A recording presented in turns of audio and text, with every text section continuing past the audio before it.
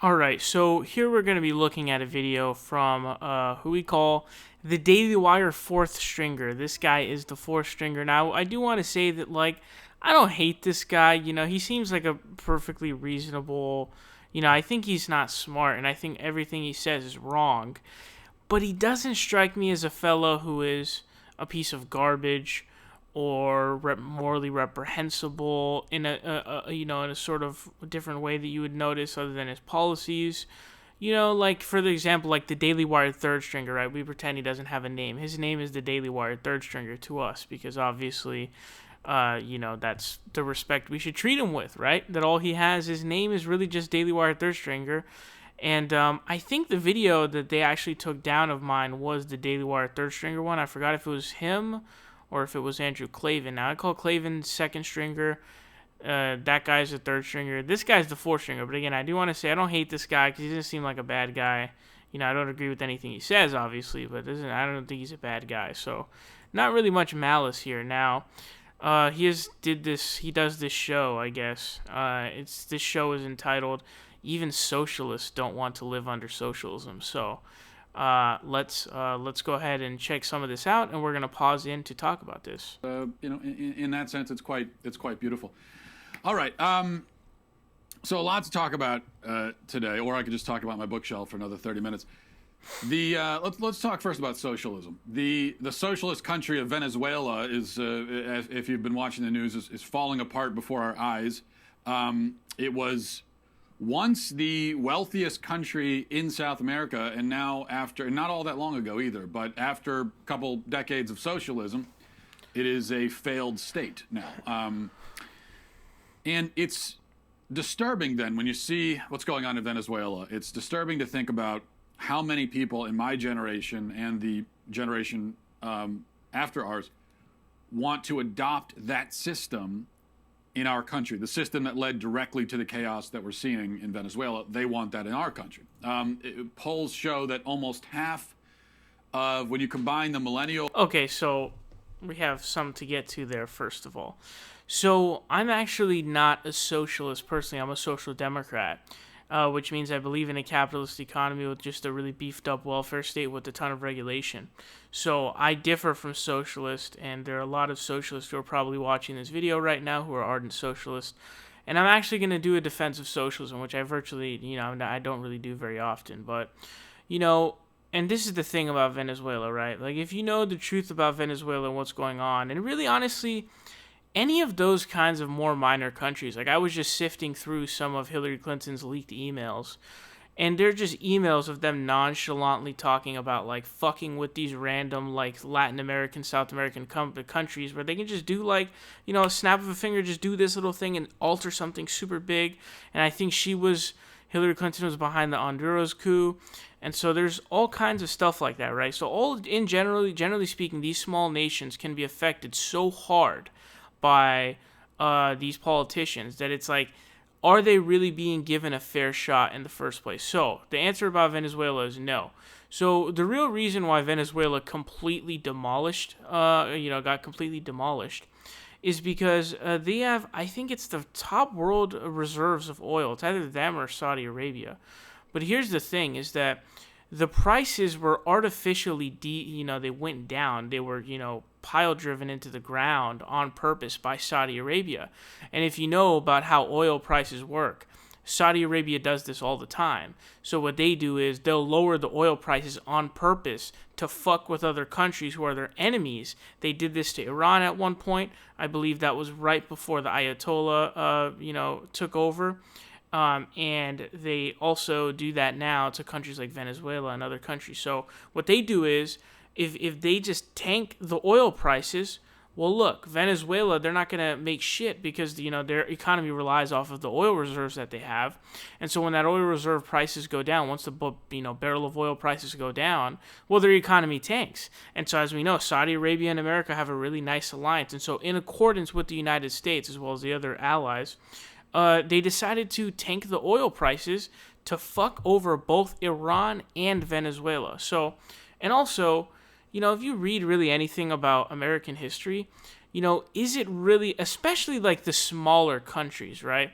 have any of them really been even given a fair shot to actually try a socialist system? Because if you know about the Marshall Plan, in that there was basically a ton of funding that just straight up went to, we're going to try to purposely fuck over any far left-wing country that exists on the planet.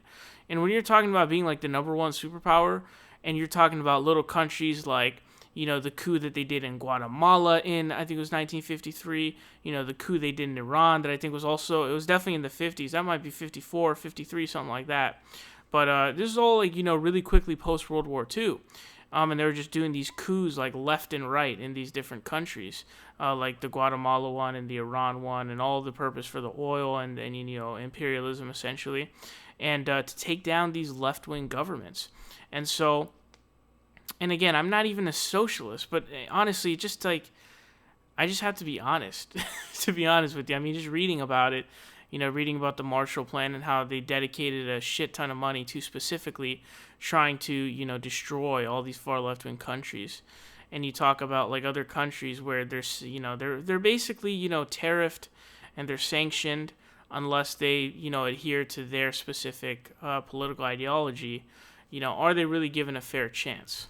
And I guess it's Generation Z. They're the ones after us. How did that happen, by the way? We got Generation X, and then Millennials, and then we went right to Generation Z. I'm not sure. How do we skip? I don't know how that works. A letter. I don't understand that. But if you combine those, and when they've been polled, we find that 50% of the combined forces there want socialism in this country. And of course, they're being herded in that direction by the avowed prominent socialists in the Democratic Party, like Bernie Sanders and Alexandria Ocasio-Cortez. So here's the thing, and this is something that I would certainly make the assertion of, and the assertion that I would make is, I believe that because of the faulty wording of people like Bernie Sanders, especially Bernie Sanders and AOC, people who are social democrats, right? Because the difference between the United States and other countries is just so radical. We're so far behind and so regressive that people want, they think that it's socialism because Bernie Sanders says he's a democratic socialist. Alexandria Ocasio-Cortez says she's a democratic socialist, right? They all say democratic socialist. But the problem is they're not actually socialists to begin with. They're social democrats. And I wish he had said that in the beginning and made the firm distinction.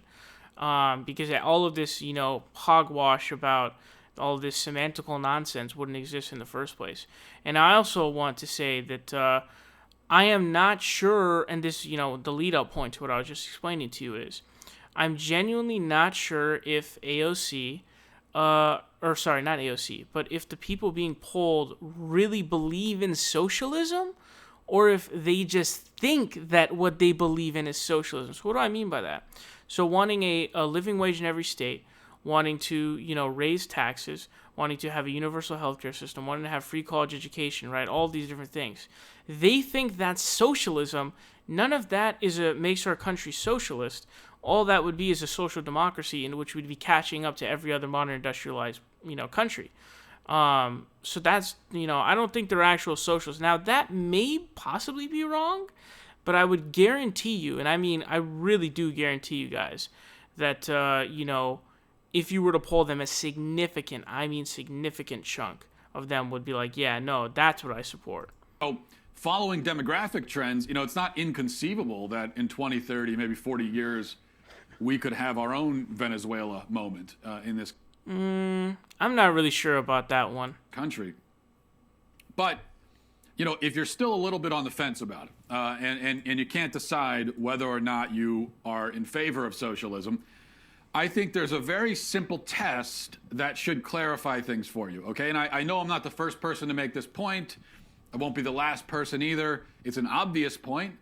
It's obvious because it's unassailable, and people bring it up all the time because it's just true. And the point is this: you would never want to live in a socialist country. Now, you might say, I want socialism in this country, yet it's interesting to note that although you want socialism in this country, you wouldn't actually want to ever live in any of the countries that are socialist right now. Shouldn't that tell you something? Take a look at all the socialist countries in the world today. I mean, think about any socialist country, and there are several of them. would you want to live in any of those places? Because you could. I mean, you could get on a plane and go to any of those places. If social. So okay, so a couple things to say here. First of all, the underlying problem with this argument being presented is that he doesn't understand that he is, and he'll get to this point later, soon. In fact, is that the thing that we're advocating for is not the USSR or Venezuela or any of that stuff, but we're actually advocating for literally, and take any other modern industrialized country, France, Germany, the UK, whatever it be, right? Australia, we're talking about those countries, okay? Mainstream, robust economies. Those are the countries that we are speaking of. And I don't understand, how he's able to, play this weird semantical game here. Now, I know Bernie fucked up, but it's weird that you would kind of continue on the semantical mistake. But that's the underlying problem with this. Now, also, again, I want to say that it's really convenient, right? Like, again, looking at it historically speaking, right? You got the Marshall Plan, you have a systemic approach, okay? Not systemic, just straight up overt, right? Systematic approach from the U.S. government to wage unrepentant hell upon every single far left country on the planet. And then when they don't survive because they're not able to make it, because you have the number one world superpower, basically, waging war on them, well, it's like, wow, gee, I wonder why they didn't make it, right? So, again, and I'm not even a socialist. I don't advocate for socialism because that's not my preferred ideology. But just keeping it real, dog, like, there's no way you read basic American history and not come away with the conclusion that, like, we dedicated decades, literally decades, and we're still doing this now, basically, is, fighting off and staving off communism and socialism. So it's real, convenient to do that kind of thing. And also, I also want to say that his argument is somewhat interesting as well in that, and he pushes off the argument of, like, we want socialism here. I just found this interesting because, I feel like I could make the same argument that he's presenting about, like, Ben Shapiro moving to Texas, for example. Like, if you like conservative ideals so much, why do you live in Los Angeles and California, right? Liberal heaven, they've got, California's looked at, people call it California. Why do you live here? Well, if you want conservative stuff, well, yeah, I know you're saying that, but you should just get on a plane and move to Texas, which I could see is a pretty decent argument, if I do say so myself, but I'm not sure if that would hold up, but I just find that to be a pretty flawed one. Socialism is a good idea if it's even a path to utopia, which is how Ocasio-Cortez presents it. Then there should be... No, there's no utopia in Ocasio-Cortez's, plan, and nor is she a socialist. In existence today, a number of socialist countries that you, a socialist, might consider moving to. So which one would it be? Venezuela? And I'll give Ben Shapiro a list of conservative states for him to move to, and Ben Shapiro can decide to move there. Tommy Lahren can do the same thing, and so can all the other conservatives living in California. North Korea, China, Tanzania. Also, my understanding of China is, like, they're more like opening up markets and stuff like that, so I don't even know exactly about that. Nicaragua. I mean, which of those would you want to move to? Of course. I like how he mentions a country like Nicaragua. When in, like, a lot of those Latin American countries, we funded the Contras, which were literal death squads in Latin America, and just completely ruined their entire governments for long decades to come. And it's like, yeah, bro, you should move there. Well, like, no, duh. You literally wrecked their country. The socialist sympathizer in America will, when you talk about socialist countries, the first thing they'll say is, well, what about Sweden? What about Denmark? Yep. And they'll say that those are socialist successes. The problem with calling, the Denmark or Sweden, the Nordic countries, socialist successes is that they aren't socialist. I agree. It's hard for them to be a socialist success when they aren't socialist. In fact, the Prime Minister of Denmark addressed this question. By the way, this comment is brought up a lot by conservatives, and I really like this. In a speech, I think at an American college a few years ago. And here's what he said. He said, I know that some people in the U.S. associate the Nordic model with some sort of socialism. Therefore, I would like to make one thing clear. Denmark is far from a socialist planned economy. True. Denmark is a market economy. True. Okay, so you heard it from the horse's mouth. The guy who runs Denmark it's not socialism. So I totally, I wholeheartedly, completely agree Denmark is not socialist, and that's why I want to adopt a lot of their policy positions. Not all of them, but a good amount of those positions that they hold and policies that they have in place.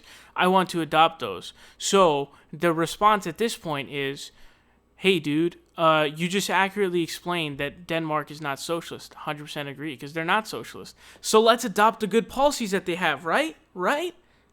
No, but you don't want to do that. So we're at like an impasse here. And a very wasteful, semantical, whether it be unintentional on his part or not, a sort of semantical, battle, if you will, in which he's not understanding that despite them using the term democratic socialism, they're referring to social democracy, and the proof in the pudding is that the countries cited are socially democratic countries.